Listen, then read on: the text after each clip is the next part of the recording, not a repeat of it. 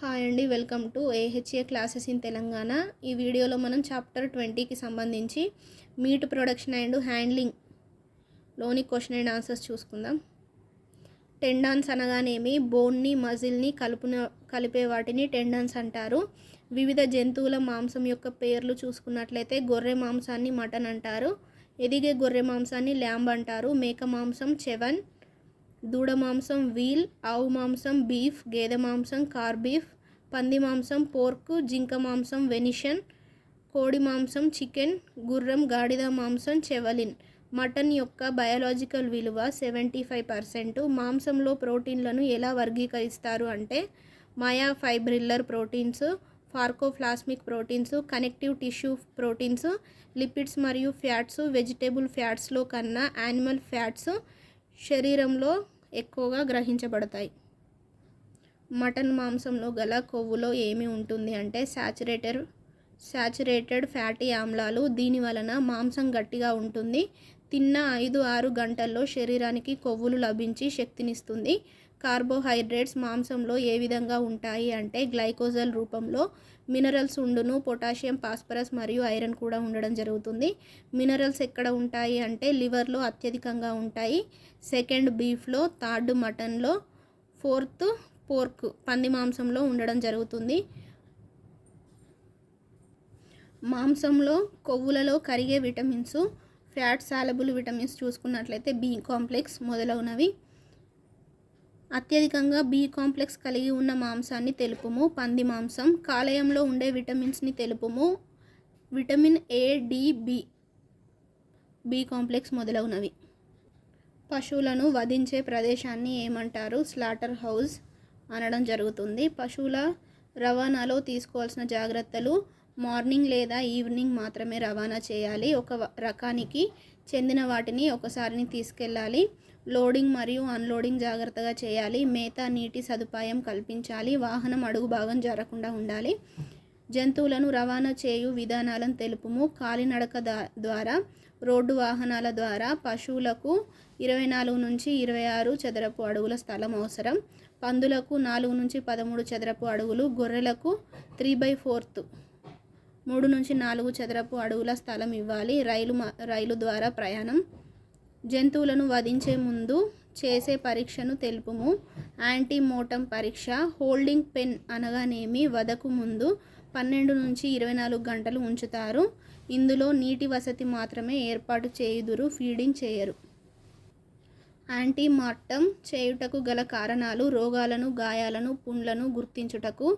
Zoonotic disease అనగానేమి? జంతువుల నుండి మనుషులకు వచ్చే వ్యాధులను జూనోటిక్ డిసీజెస్ అంటారు. స్టన్నింగ్ అనగానేమి? నొప్పి తెలియకుండా చేయడాన్ని స్టన్నింగ్ అంటారు. స్టన్నింగ్ రూమ్లో ఏమి చేయుదురు అంటే జంతువులకు అపస్మారక స్థితిని కలుగజేస్తారు.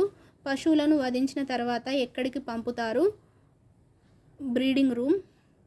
హోస్ట్లో జరిగే పనులను తెలుపుము. పశువుల కళేబరాలను వ్రేలాడదీయబడును. చర్మం ఒలుచుట. స్కిన్స్ మరియు హైడ్స్ రూమ్. చర్మం మరియు తోళ్లను నిల్వ చేయుదురు. ఇంటిమార్టం పరీక్ష చేయునప్పుడు తీసుకోవాల్సిన జాగ్రత్తలు: పగటిపూట మాత్రమే చేయాలి. ఎందుకనగా కొన్ని వ్యాధులలో కలుగు తేడాలను రాత్రిపూట గుర్తించుట కష్టము. సాధారణంగా రేబీస్, ఆంథ్రాక్స్, టెటానస్ వ్యాధులను సులభంగా గుర్తించవచ్చు. అత్యవసర వధ అనగానేమి? వధశాలకు వచ్చిన జంతువులలో విపరీతమైన గాయాలతో బాధపడుతూ మరి కాసేపట్లో చనిపోయే పరిస్థితి ఉన్నప్పుడు దాని మాంసం తినుట వలన మనుషులకు ఏమీ ప్రమాదం జరగదన్నప్పుడు అత్యవసర వధ చేస్తారు. అత్యవసర వధ చేయవలసిన పరిస్థితులు: ప్రమాదాలలో అధిక గాయాలు ఏర్పడినప్పుడు, జీర్ణ వ్యవస్థలో అడ్డుకులు ఏర్పడినప్పుడు. కేజువల్ వధ అనగానేమి? చేయవలసిన పరిస్థితులు: మామూలుగా వధించడాన్ని కేజువల్ వధ అంటారు. కారణాలు: పక్షవాతం, బినైన్ ట్యూమర్స్, గడ్డలు, లింఫ్ గ్రంథుల వాపు. జంతువులను వధించు పద్ధతులు చూసుకున్నట్లయితే మతపరమైన పద్ధతులు: హలాల్ పద్ధతి, జూయిస్ పద్ధతి, హిందూ జట్కా పద్ధతి. మెకానికల్ పద్ధతులు చూసుకున్నట్లయితే క్యాప్టివ్ బోల్ట్ మెథడ్ పాయింటింగ్ ఒకటి, ఎలక్ట్రికల్ మెథడ్ ఒకటి, గ్యాస్ అనస్థీషియా ఒకటి. వధించుటలో ప్రధానంగా 2 రకాలను తెలుపుము. మతపరమైన పద్ధతి, చేతితో వధిస్తారు, అపస్మారక స్థితిని కలిగించుట ఉండదు. వధించుటలో మెకానికల్ పద్ధతిని గూర్చి తెలుపుము. పనిముట్లను ఉపయోగించి వధిస్తారు, అపస్మారక స్థితిని కలిగిస్తారు. జూయిస్ వధ పద్ధతిని ఎవరు పాటిస్తారు? జూయిస్ మతస్థులు. జూయిస్ పద్ధతిలో తయారు చేసే మాంసాన్ని ఏమంటారు? కోషర్ మీటి. జూయిస్ పద్ధతిలో మాంసం కోసే లేదా తయారు చేసే వారిని ఏమంటారు? షోచెట్ అంటారు. జూయిస్ పద్ధతిలో మాంసాన్ని సీలు వేసే వారిని ఏమంటారు అంటే షోమర్ అంటారు. ఈ పద్ధతిలో రక్తస్రావం బాగా జరుగుతుంది, కావున మంచి పద్ధతి. జూయిస్ పద్ధతిలో కొన్ని పదాలు చూసుకున్నట్లయితే మాంసాన్ని కోషర్ మీటి అంటారు, కోసేవారిని షోచెట్ అంటారు, సీల్ చేసేవారిని షోమర్ అంటారు. ఈ పద్ధతిని ముస్లిమ్స్ ఎక్కువగా పాటిస్తారు. హలాల్ పద్ధతి అనగానేమి? ఇది కూడా హెల్దీ మరియు టేస్టీ పద్ధతి మరియు మంచి పద్ధతి. ఎక్కువగా ముస్లిమ్స్ చేయుదురు. హిందూ మరియు జట్కా మెథడ్ గూర్చి తెలుపుము. మెడపై నుండి ఒకే వేటుతో జట్కా పద్ధతిలో వధిస్తారు. అన్ని నరాలు ఒకేసారి తెగుట వలన నొప్పి లేకుండా చనిపోతాయి. మెకానికల్ పద్ధతిలో అపస్మారక స్థితిని కలిగించడాన్ని ఏమంటారు? స్టన్నింగ్ అంటారు. స్టన్నింగ్ చేయు పద్ధతులను స్థలములను తెలుపుము. పశువులలో 2 కొమ్ముల మధ్య బుల్లెట్ దింపడం మొదలగునవి చేయుట వలన స్టన్నింగ్ చేయుదరు. మేక మరియు గొర్రెలలో ఏ ప్రదేశంలో స్టన్నింగ్ చేస్తారు అంటే మెడ వెనుక భాగాన, అట్లస్ మరియు ఆక్సిస్ల మధ్య. పందులలో ఏ ప్రదేశంలో స్టన్నింగ్ చేస్తారు అంటే 2 కన్నుల మధ్య గీచిన గీతకు మధ్య భాగంలో 2 సెంటీమీటర్ల పైన స్టన్నింగ్ చేయవలను. క్యాప్డ్ బోల్ట్ పిస్టల్లో గల రకములు చూసుకున్నట్లయితే చొచ్చుకొని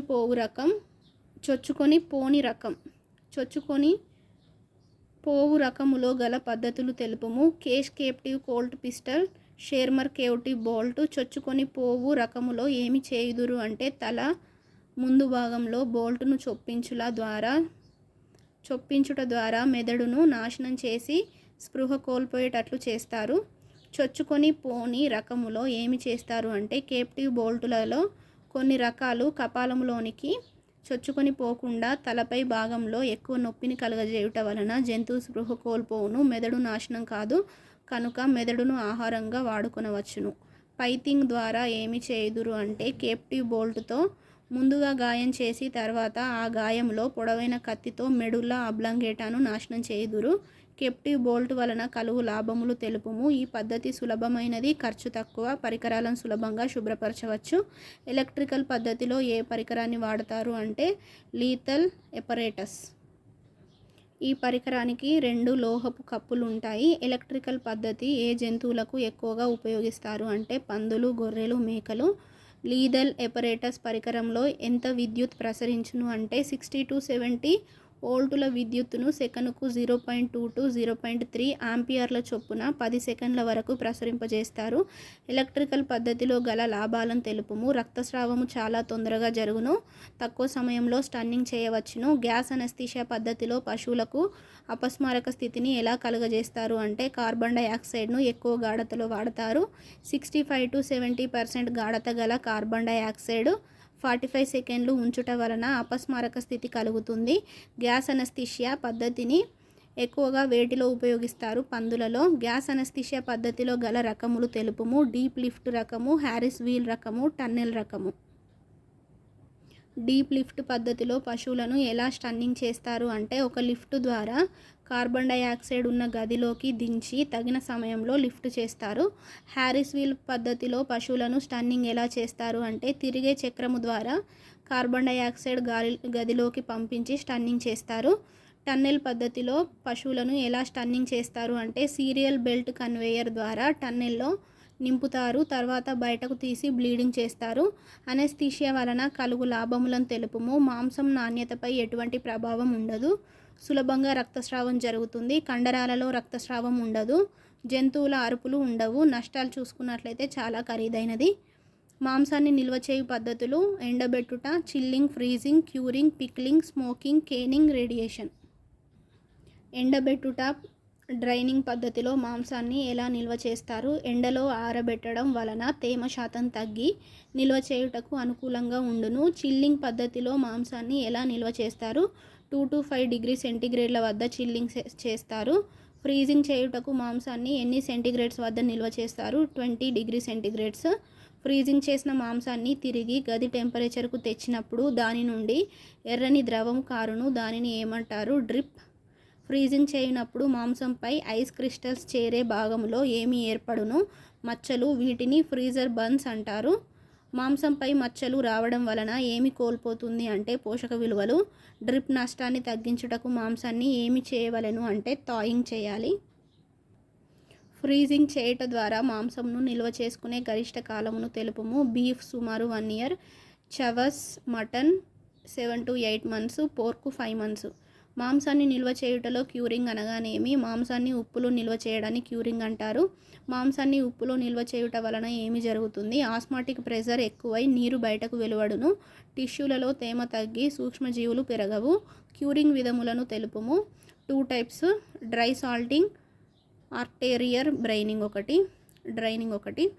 డ్రై సాల్టింగ్ పద్ధతిలో ఏమి చేయుదురు అంటే ఉప్పును బాగా పొడి చేసి మాంసం యొక్క ఉపరితలంపై పూయుదురు. డ్రై సాల్టింగ్ పద్ధతిలో 100 కిలోల మాంసమునకు ఎంత ఉప్పు అవసరమవుతుంది అంటే 8 to 10 kgs ఉప్పు అవసరమవుతుంది. ఆర్టేరియల్ బ్రైనింగ్ అనగానేమి అంటే ఈ పద్ధతిలో ఉప్పు ద్రావకాన్ని వివిధ భాగాలలో న్యూట్రియంట్ ధమనిలోనికి ఇంజెక్షన్ చేయుదురు. ఉప్పు తోజులు సోడియం, పొటాషియం నైట్రేట్లను కూడా కలిపెదరు. దీని వలన మాంసంకు పింక్ కలర్ వచ్చి ఆకర్షణీయంగా ఉండును. పిక్లింగ్ అనగానేమి? ఇది కూడా ఒక రకమైన క్యూరింగ్ పద్ధతి. నూనెతో నింపుట వలన పశువుకు ఎటువంటి స్థితి కలుగుతుంది? అనరోబిక్ స్థితి. మాంసంలో అనరోబిక్ ఉండుట వలన ఏమి జరుగుతుంది అంటే అనరోబిక్ బ్యాక్టీరియా నియంత్రించబడతాయి. మాంసం పాడవకుండా ఎక్కువ కాలం నిల్వ ఉంటుంది. స్మోకింగ్, పొగబెట్టుట ద్వారా మాంసాన్ని నిల్వ చేయు విధానం. ధూపంలో ఉండే ఆల్డిహైడ్స్, క్రిస్టల్స్, ఫినాల్ వంటి రసాయనాలు సూక్ష్మజీవులను చంపుటయే గాక మాంసానికి మంచి ఫ్లేవర్ ఇస్తాయి. కేనింగ్ పద్ధతిలో మాంసాన్ని నిల్వ చేయు విధానం చూసుకున్నట్లయితే మాంసాన్ని కేన్స్లో నింపి స్టెరిలైజ్ చేయుదురు. దీని వలన మాంసాన్ని నిల్వ చేయవచ్చు. కేన్స్ మంచి లోహంతో చేయబడతాయి. కేన్స్ తయారు చేయుటకు ఉపయోగించే లోహమును ఎంచుకునేటప్పుడు ఈ క్రింది విషయాలని దృష్టిలో ఉంచుకోవాలి. తుప్పు పట్టకుండా ఉండాలి. రవాణాకు అనుకూలంగా ఉండాలి. మాంసం రంగు, రుచి, వాసనలో తేడా రాకూడదు. సీసం శాతం అతి తక్కువ ఉండాలి. రేడియేషన్ పద్ధతి అనగానేమి? కొన్ని కిరణాలను మాంసంలోనికి పంపడం వలన సూక్ష్మజీవులు నశించేటట్లు చేస్తారు. దీనికి కోబాల్ట్ మరియు సిలియం వంటి రేడియోధార్మిక పదార్థాలు ఉపయోగపడతాయి. అడ్వాంటేజెస్ చూసుకున్నట్లయితే పోషక విలువలు నష్టం ఉండదు. ఫ్రీజర్ బర్న్స్ ఉండవు. డ్రిప్ వంటి నష్టాలు జరగవు. మీట్ టెంపరేచర్ పెరగదు. కాబట్టి దీనిని కోల్డ్ స్టెరిలైజేషన్ అంటారు. కోల్డ్ స్టెరిలైజేషన్ అని ఏ పద్ధతిని అంటారు అంటే రేడియేషన్ పద్ధతిని అంటారు. మీట్ కట్టింగ్ అనగానేమి అంటే పశువుల కళేబరాన్ని వివిధ భాగాలుగా చేయడాన్ని మీట్ కట్టింగ్ అంటారు. కట్టింగ్ చేసిన వివిధ కళేబరాలలో గల పెద్ద భాగాలను ఏమంటారు? హోల్సేల్ కట్స్ అంటారు. కట్టింగ్ చేసిన వివిధ కళేబరాలలో గల చిన్న చిన్న భాగాలను ఏమంటారు అంటే రిటైల్ కట్స్ అంటారు. కళేబరాన్ని 2 భాగాలుగా చేయడాన్ని ఏమంటారు? స్ప్లిట్టింగ్ అంటారు. కళేబరాన్ని 4 మరియు హైండ్ క్వార్టర్స్గా ఎలా విభజిస్తారు అంటే 12 నుంచి 13 ప్రక్కటెముకల మధ్య కట్ చేయుట. క్వార్టరింగ్ అనగానేమి? కళేబరాన్ని 4 భాగాలుగా విభజించడాన్ని క్వార్టరింగ్ అంటారు. పశువుల కళేబరాలలోని 4 క్వార్టర్స్, హైండ్ క్వార్టర్స్లో గల మాంసం యొక్క శాతాన్ని తెలుపుము. 4 క్వార్టర్స్ చూసుకున్నట్లయితే రిబ్స్ 8%, షార్ట్ ప్లేట్ వచ్చి 6%, చక్ వచ్చి 30%, బ్రిస్కెట్ 2%, షంక్ 7%, టోటల్ 53% అనేది 4 క్వార్టర్స్లో ఉండడం జరుగుతుంది. హైండ్ క్వార్టర్స్ చూసుకున్నట్లయితే రౌండ్ వచ్చి 25%, రంపు 6%, సిర్లోయిన్ 8%, షార్ట్ లైన్ 6%, ఫ్లంక్ 22%, టోటల్ 47% అనేది ఉంటుంది. పందులలో హ్యామ్ భాగం ఎంత ఉంటుంది అంటే 28%, పందులలో లైన్ భాగం ఎంత ఉంటుంది అంటే 22%, bacon 20%, Boston but 10%, picnic 15%, joule 5%. పందుల కొవ్వును ఏమంటారు అంటే పందుల కొవ్వును లార్డ్ అంటారు. పందులలో ఎక్కువ వాల్యూ ఉన్న పార్ట్ ఏది అంటే హ్యామ్. గొర్రెలు, మేకల మాంసం యొక్క కళేబరాలను ఏమంటారు అంటే 4 saddle మరియు హ్యాండ్ saddle అనడం జరుగుతుంది. 4 saddleలో మాంసం చూసుకున్నట్లయితే షోల్డర్ 25%, హ్యాండ్ saddleలో లెగ్ 32%. 4 saddleలో back 10%, shank 6%, neck 4%, total 53%. Hand శాడల్లో చూసుకున్నట్లయితే లైన్ 12%, ప్లంక్ 3%, టోటల్ 47% ఉండడం జరుగుతుంది. పశువులను వధించిన తర్వాత కండరాలు గట్టిపడి బిగుసుకుపోవడాన్ని ఏమంటారు అంటే రైగర్ మార్టిస్ అంటారు. పశువుల టెండెన్స్ అంటే ఏమిటి అంటే మృదుత్వం. టెండరింగ్ ఏజెంట్స్ అనగానేమి అంటే నిమ్మకాయ, పపాయ. చనిపోయిన పశువులలో రైగర్ మార్టిస్ పాస్ అవుట్ అయిన తర్వాత పశు చర్మం మృదువుగా మారుటకు గల కారణం ఏంటి అంటే ఎంజైమ్స్. గ్రీన్ మీట్ అనగానేమి అంటే కఠినమైన మరియు సాపేక్షంగా రుచి లేని మాంసాన్ని గ్రీన్ మీట్ అంటారు. పశువులలో వృద్ధాప్యం అనగానేమి అంటే నియంత్రిత పరిస్థితుల్లో కూలర్లలో మాంసాహారాన్ని పట్టుకొని సహజమైన టెండరైజింగ్ సమయాన్ని అందించడాన్ని వృద్ధాప్యం అంటారు. తడి వృద్ధాప్యం. వెట్ ఏజింగ్ అంటే ఏమిటి అంటే ఖర్చుతో కూడుకున్నది. పొడి వృద్ధాప్య నిల్వ పరిస్థితులు. ఉష్ణోగ్రత తప్పనిసరిగా 0.5 degree centigrades to 1 degree centigrades మధ్య ఉండాలి. సాపేక్ష ఆర్ద్రత 75% to 85% ఉండాలి. గాలి వేగం 0.2 to 0.5 మీటర్/సెకండ్ ఉండాలి.